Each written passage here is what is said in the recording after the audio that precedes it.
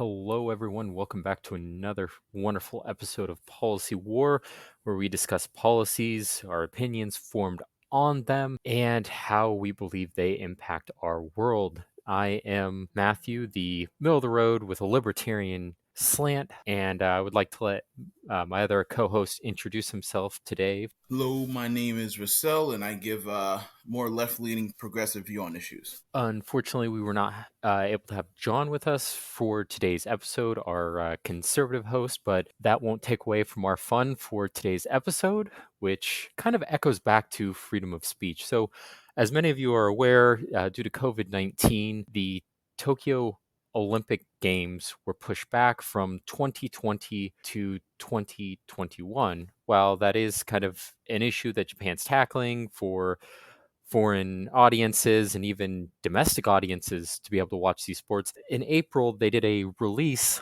on a rule of the Olympic Charter that can be considered controversial. This rule is Rule 50, states that no kind of demonstration or political, religious, or racial propaganda is permitted in any Olympic sites, venues, or other areas. So many news organizations have picked up on this story and have kind of seen this as a ban on Black Lives Matter apparel. While this is true, this also bans any other kind of political or, as listed, religious, racial propaganda. And so that's kind of an interesting talking point and kind of opens up the primary question of, do sports and politics go hand in hand, and how should athletes be limited on giving political and or racial opinions? Well, starting off, sports and politics are always going to be intertwined, especially in the Olympics, as the Olympics was, as many of you know, based off the ancient Greek games, which was basically done to showcase physical strength and adeptness of the athletes that participated, and basically have a small period of truce or peace between the participants in the ancient games. This translates to the modern era with the Olympics, and the Olympics, while they do try to do things that support peace, for example, in their charter, they say, quote, they want to place sport at the service of the harmonious development of humankind with a view to promoting a peaceful society concerned with the preservation of human dignity, end quote. And that's a lot of vapid statements there, but they are motivated to promote unity. Now, the problem with allowing athletes full freedom of expression during Olympic Games is that it would really divide the community and make attention more on the politics rather than the athlete's performance. So, if you want to say, should athletes have a right to freedom of expression? Yes, but should this freedom of expression be spread to every private organization and be enforced on every private organization? I do not think so. For example, Hitler actually used the Olympics to express fascist ideology, but when it's Black Lives Matter, all of a sudden people are like, oh, they should allow this. And really, people only want freedom of speech when it's a view of something that they support. If people start supporting anarchy in the Olympics Games, then we might start thinking about this differently. Also, you need to realize that people are in the Olympics because of their athletic ability. I really don't believe that an athlete has more knowledge of politics just because they're very proficient at the sport they do. In America, we have a celebrity culture that for some reason thinks the more famous you are, the more intelligent you are on political, sociological matters. And that's not true. So I really don't think this is a huge loss to any movement. The main thing the Olympics is for publicity. And while they lose that, the Olympic Committee actually said the players could still express their political beliefs in press conferences and social media posts. So it's not like they're completely banning it. They're saying you can't wear political apparel because it takes away from the whole purpose of the Olympics, which is sports, not politics. So I actually agree with their position here. And I don't think they're making a huge quandary about it. Actually, 2/3 of the athletes organizations voted to not have political apparel and to uphold Rule 50 because they don't want the Olympics to be about politics. They want it to be about sports, and that's what it should be about. Well, I would hate to say it, but that that's kind of exactly the view I hold, but kind of for different reasons. I agree that sports are sports and you shouldn't have the politics involved on a global stage, but my opinion varies in a way because you are sponsored by the country that you are representing. And so while you may have beliefs that are different from your country is still paying for your training, putting you on that world stage, and you are meant to represent that country. You see people who may play professional sports in the United States, but come from, another country like Russia or Canada that choose to play hockey for that country because that is where they're from, and it's kind of a national pride. And while I agree it's wrong for the Olympics to be used for any politics whatsoever, whether it be fascist or social. I mean, that could also harken back to the 1970s or late 1960s when Tommy Smith and John Carlos famously raised their fists during the national anthem, which caused a huge deal in which they still kept their medals, but they were suspended from the U.S. national team. I believe that there's a place for that activity through new avenues like the United Nations or social media or outside of the event itself. So by avoiding the politics of it, you can kind of keep the games pure. You can avoid he said, she said preference for a particular group and kind of let people compete the way they're supposed to compete. So now that we've kind of reached an understanding on Rule 50, what do you think about protesting the Olympics in general or taking athletes outside of the competition to protest another country's political actions, like the US in the 1980s, or threats of the US boycotting the upcoming Olympics in China? Now, there needs to be boundaries set for the Olympics, I believe. And this is where it gets kind of complicated. I'm glad we agree on this issue because, I mean, I really do believe sports should most of the time be separate from politics.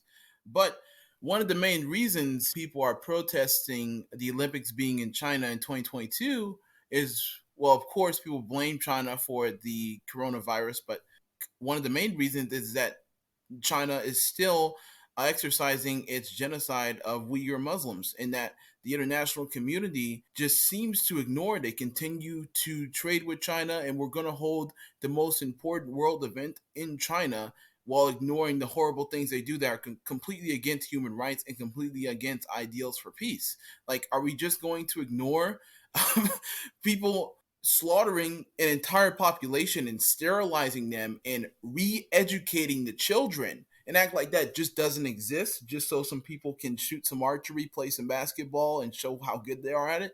That's the point where I'm like, we don't need China to be in as part of the Olympics. They obviously do not care about human rights. They obviously do not care about international law since they've abused it multiple times. So why should the international community care about China's participation in the Olympic Games? This really should not be allowed, and I think ignoring it just explains why it's still happening in a sense. We can't just sweep it under the rug, and I think it really, we need to remind ourselves that the Olympics is a private organization, so they have freedom to do whatever they want to do, and they also don't want to talk about politics because it could really hurt their bottom line. It could really hurt their viewership. Like, for example, when Colin Kaepernick kneeled during the national anthem, a lot of people, including people of my own family, said they wouldn't watch football anymore unless they took strict action. So the Olympics worry about that. It's not really about the Olympics ideals. It's about how much money they can make off these games again. So I still don't think we should have it in China, and I end with that. So I guess one thing I wanted to bring up, you did bring up, of course, kneeling for the national anthem, and I think we can kind of touch on that a bit later here. But you mentioned kind of banning China from the Olympics, but how would that go? I mean, these athletes, as we've seen earlier, I stated, they're representing their country, but wouldn't you agree that there's a disconnect between yourself and your like the politics of your country and nationalism in general. So to give you an example, Jesse Owens may have competed in the Olympics when there was blatant, explicit racism throughout the country, but he was still representing the United States. Can that still be said for these Chinese athletes who may not hold the views of their government, but compete for their own personal gain or for more of a national pride? Well, I really feel bad for the athletes in this situation. Now, here's a compromise that could be had. I do not think the Olympic Games should be held in China, but perhaps Chinese athletes could participate in other Olympic Games held in other countries. But the fact the Olympic Games are being held in China will serve as a huge temporary economic boom for the area, even though, it's been proven that usually the Olympics lead to a long-term economic decline of an area because they don't use things like the stadiums and hotels for anything anymore. Everything becomes abandoned after a while. But, anyway, when it's held there, it shows the Olympic organization is sponsoring China.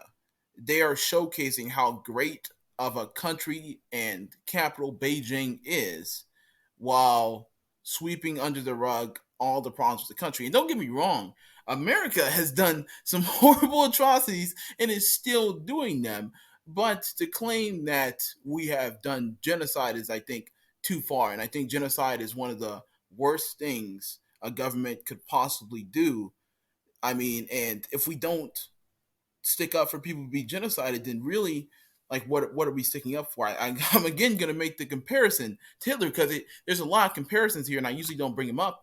But imagine the Olympic Games in a stadium is being held, and just 10 miles down there are Jews being gassed and killed by the hundreds. We need to realize we should care more about people's lives than the feats of athleticism that we see. It's kind of interesting because we mentioned Nazi Germany, but if you look at the history of the Olympics, the games were going to be held in Tokyo prior to World War II. So that would have been Nazi Germany and fascist Japan hosting the games kind of back to Fascist. back. It wasn't fascist, but I get what you're saying. It was really authoritarian, really tyrannical. The rape of Nanking, all that.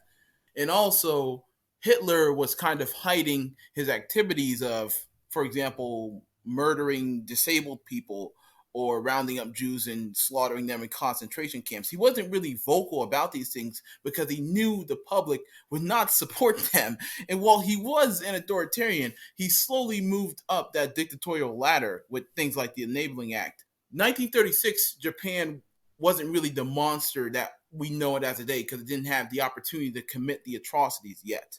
And I mean, really, Matthew, I want to ask, do you think the Olympic Games should still be held in China after all you've heard about them and what they do to Muslims in the nation, along with many other groups that we probably don't hear about? I would have to see what the committee choosing process is, but if it's something that they have agreed upon, it's another international event. I don't see as much wrong with it per se. I don't agree with China's politics by any means. I'm not saying that I endorse their possible role in downplaying COVID-19, nor their imprisonment of Uyghurs at all, though I will say that it's got a rotation and you're going to have hosts that have atrocities that have happened. I mean, you can kind of, as you alluded to, in a way, point the finger at the United States and the problems we have. You can point the fingers at Mexico and problems they may have with politicians being murdered by the dozens by cartels. You can point at Brazil and their corruption with their leader. I mean, they don't have prison camps, but they still have quite a few scandals going on down there. You can point the finger at multiple countries and, kind of reveal the skeletons in their closets. But at the end of the day, is having them host one event the end of the world? I just don't see too big of a problem. As you said, there's possible economic losses. I mean, we can kind of agree that China is a command economy, so they're already a bubble waiting to burst. I mean, at least they can kind of foot the bill in a sense. It was held in Russia prior. No one was really protesting Sochi or Vladimir Putin or his problems, especially against homosexuals. Well, So, I mean, okay. So you're bringing up a lot, but I do want to say Putin doesn't allow protests in his country. First of all, he bans them all and arrests anybody who gets involved in protests. I mean, he just tried to kill Alexei Navalny with poisoning pretty recently. So I mean, don't act like Putin is some saint. He just won't allow real political expression. oh, I'm not calling him a saint. I'm just saying he's got skeletons in his closet and he was able to host the Olympics. So, Yeah. But I mean, I want to bring this to a slightly different topic that still concerns athletes and their influence. Just recently, the Supreme Court, in a 9-0 decision, announced that the NCAA could not limit the educational grants athletes get. So basically, this was done just recently, very recently, and it basically said that the NCAA is not allowed to limit the scholarships, grants, educational awards athletes can receive. So this includes things like paying for laptops, paying for textbooks, and getting postgraduate internships. And the main reason they said for this is that the NCAA's policy was against antitrust laws, which basically means they had kind of the best schools had a monopoly on competition for athletes, just because, like say in Indiana, Indiana State University, not the best football team in any regard, um, could pay more in terms of educational benefits, and a place like Duke is willing to pay, then ISU may have a higher chance of getting a certain player. So this basically opens up the game a little bit, but it also brings to the conversation of how exploited athletes are on on a collegiate stage. Because in college, the head coach is a lot of times paid more than the university president, while college players just get a full ride but don't really get a real wage while doing it. So I mean, what do you think about this? Do you think athletes are getting a larger prominence in society, and do you think this prominence is warranted? Do you think they should be paid more than just a full ride once if they're good enough, or do you think they should just limit it to a full ride under like NCAA rules? I would say that they definitely need an expansion in the amount that they're given, but I view things as where do you draw the line on something? And where I would draw the line is on giving money that doesn't have an allocated use. So, for example, I would be fine with a stipend for helping pay with living expenses, or helping pay for textbooks or things that are necessary for education. But the second you have something similar to what happened in the medical field, where you have drug companies paying doctors with trips to baseball games, or business ethics, or those type of concerns, is where the murky area starts to appear, and where I start to you don't want to really let it go that far. So I would agree with something, expanding, giving them a bit more than an academic scholarship, though that kind of begs the question of what sports you're looking at, and then, as you said, with the competition. But I think that kind of gets outweighed because people who are going to play sports are probably going to want a decent education, are going to want to shoot for those schools that give them the potential, like Alabama for football, or Duke for basketball, or uh, North Carolina, various schools that may excel in the programs they're looking for. I mean, to the point that people want to go to good schools that if there are, amazing athletes and getting a full ride. Um, I say at least most people I know that have really gotten involved in sports, gotten a full ride, they tell me that they don't really think beyond sports because sports takes up their whole college life in a sense. Usually they don't think about, if they're aiming for the NBA, if they're aiming for the NFL, they're not really thinking about getting a computer science degree, for example. And usually these people, sadly, prominently in sports, at least in America, our high rated percentage are African Americans. I mean, African Americans are 13% of the US population, and I can't imagine what percentage they are of professional sports population in terms of the players. Because, black people, they think sports and rapping, music, singing, entertainment is the main way to get out of poverty. And this misconception leads to a higher concentration of it being involved in sports. And I'm actually really glad of this Supreme Court decision because I think it helps African Americans more than anything because they're the people that are most involved in these programs. The things like for example Juneteenth being made a holiday, that doesn't really change anything in my view. I mean, we already have Black History Month.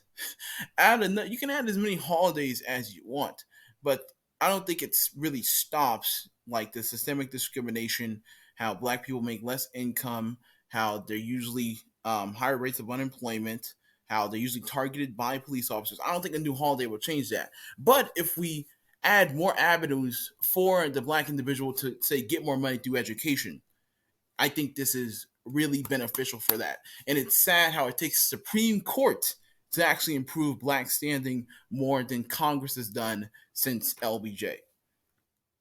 I mean, I'd have to agree that it doesn't end the systemic problems that are there. It's kind of interesting because we're reading a book on the problems that happened in Alabama kind of near the 80s and 90s from a legal standpoint. It's called Just Mercy. IU School of Medicine's requiring that, so it's a good read. Though I wanted to say that I believe it plays a different role of at least kind of bringing it into the culture or, helping it become more mainstreamed. So while I totally agree that, renaming a street Black Lives Matter Plaza or creating Juneteenth will not stop racism, nor will posting your profile picture as Black, no matter how many people, regardless of what race, do that. It kind of helps show support, but the prior to, of course, help at least recognize. And it's when you get that recognition and you move that ball further that you actually get those big changes, as you were saying. Although I will also agree, it is sad the Supreme Court it's kind of surprising the Supreme Court's the avenue that would come through. So, Yeah, it is. It really is. I mean, just a last point on this. I mean, to your point of like holidays moving the perception of Black people. I mean, a very famous author, of course, James Baldwin. I looked at a lot of speeches about him, and I've heard of the book Just Mercy also. But I mean, we think about it, he talked about the perception Black people get every day when there's still segregation, and how if you just change the mentality of the average American, of the average Black or white, Mexican, Asian person towards a race like African Americans, then that can really change that person's life. So while I do agree that things like Juneteenth can bring a small amount of change, I don't think it'll be dramatic in any sense of the word. Sadly, we'll remember. Oh, hey, slavery stopped here. Okay, back to your life, everybody. Good day. I mean, that's not really gonna change anything in a massive way. So yeah, I agree. Like at least acknowledging the day though kind of gives, an idea of, here's something we now consider significant enough in American history that we will acknowledge it on a national level. Though I will say, I think kind of ending up on a miscellaneous topic of race, and you can kind of give a response here before we wrap up. But I do think that most of the problem that happens with race is, especially with white people, is they may be impoverished and, they have this perception that people of every socioeconomic scale that is a certain race will benefit more than they will. And so if they're not getting a certain benefit that another race is getting, but they're better off socioeconomically, then they kind of get upset and they're like, okay, they're getting prioritized. And that's where it kind of comes off, where individuals perceive that they're not going to get the same help that, say, a Pacific Islander or an African American would get with higher socioeconomic status just because of their race, which is kind of false. yeah, I'm not advocating anything for like affirmative action because I mean, if we remember, the Supreme Court shut down things like affirmative action, but they also did Plessy v. Ferguson and the Board of Education. So I mean, they're all over the place. If you look at history, the Supreme Court contradicts itself so much. But I mean, in terms of like the principles of the Constitution, I think the courts, I wish John was here for this since he wants to be a lawyer, is really looking beyond that for like what's really good for society. Because the Constitution does not mention antitrust laws. I will guarantee you that. I don't have my pocket Constitution on me, but they didn't really mention monopolies. So, it really is expanding itself. And I think in the realm of sports, sports are related to politics. They're also related to race in a huge way. And we need to realize that and have some bigger change, whether it's what the Olympics does, whether it's what our own college universities do to what we do as individuals. We need to enact some positive change so there is more equality in society. Well, I think that is a wonderful high note to leave on there. We've had drearier notes we've left on, but that is a good one. Thank you all for listening in. If you don't mind giving us a rating, a high rating on whatever platform you listen to us on, maybe drop a comment or two. Let us know how we can improve, what can help your listening experience, or any possible topics that you think would be interesting. I'm Matthew, and with my co host Russ here, we're going to sign on out. Y'all have a wonderful week.